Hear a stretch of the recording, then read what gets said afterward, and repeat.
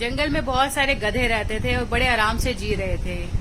एक दिन लोमड़ी ने देखा उनको और उसके दिमाग में एक शरारत आई। उसने सोचा कि चलो क्यों ना मैं थोड़ी मस्ती कर लूं इनके साथ। तो वो गधों के पास गई और उसने बोला कि भाइयों, मैंने ना अभी अभी सुना है कि जो तालाब में मछलियां रहती है ना, कल सुबह तुम्हारे ऊपर आक्रमण करने वाली है।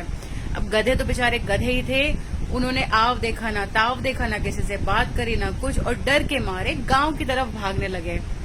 अब वो बहुत तेजी से गांव की तरफ भाग रहे थे कि वहां से एक धोबी निकल रहा था। धोबी ने देखा इतने सारे गधे गांव की तरफ क्यों आ रहे हैं। उसने गधों को रोका और पूछा कि क्या बात हो गई तुम्हारे साथ। तब गधों ने कहा कि आपको नहीं पता, जो पड़ोसी तालाब की मछलियां हैं ना, हमारे ऊपर कल सुबह आक्रमण करने वाली है, तुम अपनी जान बचाने के लिए गांव में आ रहे हैं। धोबी बहुत समझदार था, उसने बोला कि मेरे रहते तुम्हारे साथ कोई कुछ ऐसा नहीं कर सकता, मैं तुम्हारे प्राणों की रक्षा करूंगा, तुम मेरे साथ मेरे घर चलो, लेकिन बदले में ना तुम्हें मेरे लिए काम करना पड़ेगा। गधों ने कहा हम तुम्हारे लिए सारे काम कर देंगे, लेकिन तुम हमारी मछलियों से रक्षा कर लो। और धोबी जो था वो गधों को लेकर अपने घर चला गया।